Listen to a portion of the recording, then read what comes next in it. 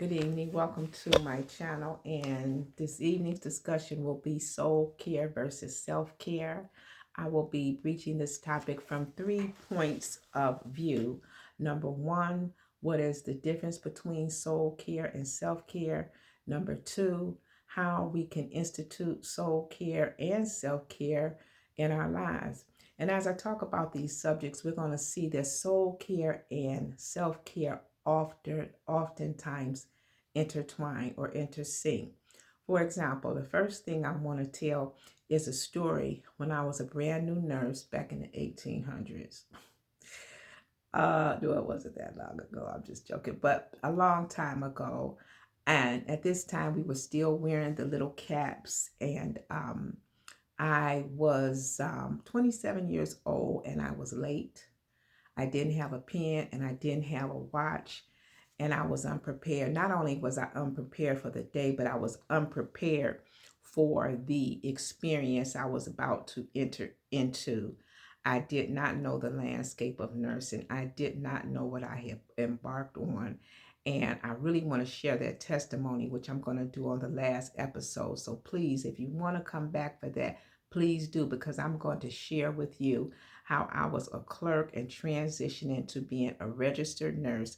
From clerk to nurse, it's going to be wow. I'm just going to tell you everything that happened and how I was able to overcome so many obstacles, like not having money, trying to work part-time, and to take on a platform or industry that I had not a clue about. You're going to want to stay tuned for that in the next video. Okay, so what we're discussing again is self care and soul care and how the two do intertwine but are uniquely different. Now, when you get up in the morning, I spoke about that you want to enter into a mindfulness, prayer, and communion. You want to have your lunch prepared. You want to have your snacks prepared. You want to think about those things that could possibly happen. You want to identify where your keys are, your uniform is prepared. And this is a part of self care. Now, your soul care is going to look like journaling, prayer, meditation, things of that nature. I did mention last time taking inventory of what is in your soul. You know, the soul is a funny thing. You could be upset and don't know it. You could be irritated and don't know it. And oftentimes these emotions manifest when you come into conflict, and then you're irritable and you're arguing, and you ask yourself, where did that come from? Well, we can shield that off Sikihaya, by praying and by doing the inventory and writing down those emotions. At the end of the day, maybe we're too tired when we get off the 12 or 16-hour shifts. The other day when the snowstorm came in, I was exhausted. Family. So I decided to make my home a spa. I put soft lights in there. I bought rose petals. I had a scent that I love, and the environment was conducive to me coming home.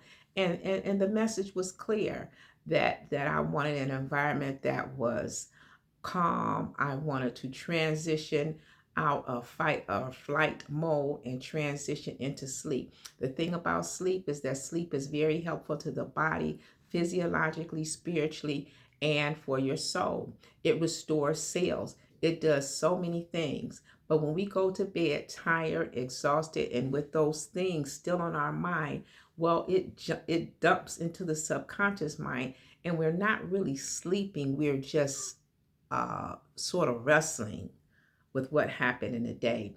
So, like I said, when you transition to sleep at night, you want to do just that transition. However, you find your peace, if you want to read a book, if you want to put on quiet music, again, if you want to set the stage in your home, if you want to say, if you have children, that might be a little bit difficult, but you even can do that when you can tell your kids, hey, this is mommy's time, and try to create a boundary of a time that's set for just you, even if it's 15 minutes.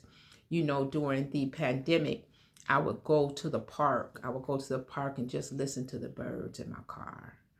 I'm an outdoors person. So I will go there and find my peace by tuning out the noise and listening to nature. If you're a nature person, I know it's cold outside where I stay here in the Midwest, but try to get outdoors. If you can't get outdoors, then find a way of communing with nature. They have all type of apps on this phone where you could just listen to calming things that bring the mind, soul, and body together. The last thing I want to say is that um, peace comes from preparation. This is where I mentioned that the self-care and the soul care intersect, because if you prepare and have your lunch, if your gas tank is filled, if you have your supplies for that day, well, now you're going to get peace from that preparation.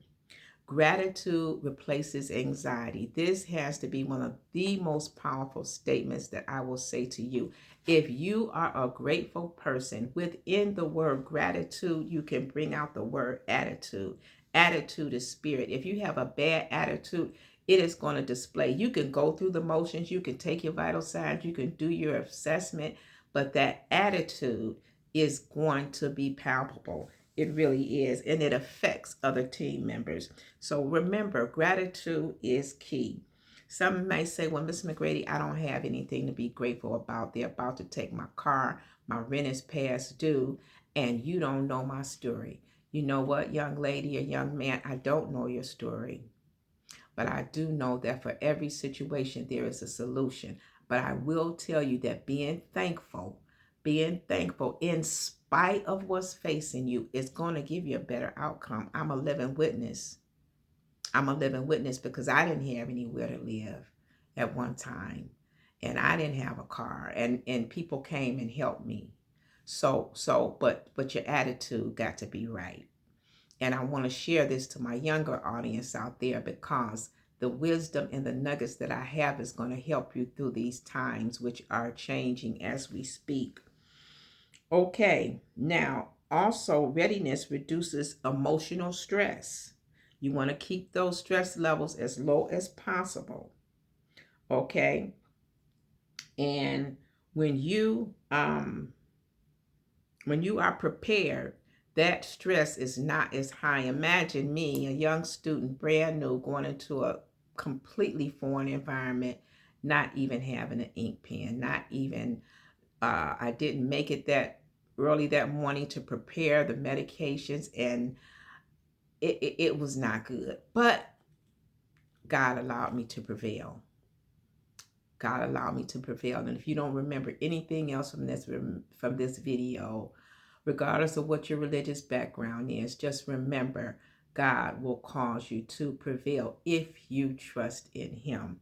So please click and subscribe and share. I'm going to be coming back with you tomorrow. I'm not waiting till next week. You really want to get in on this, because I'm going to give my personal testimony of how I went from being a clerk to a nurse, and how I was kicked out of nursing school twice. It's an amazing testimony. You know, we overcome by the word of our testimony. You're not going to want to miss this. I thank you. I appreciate you for tuning in, giving me your precious time. To God be the glory for great things He's done, and He's going to do great things for you. God bless.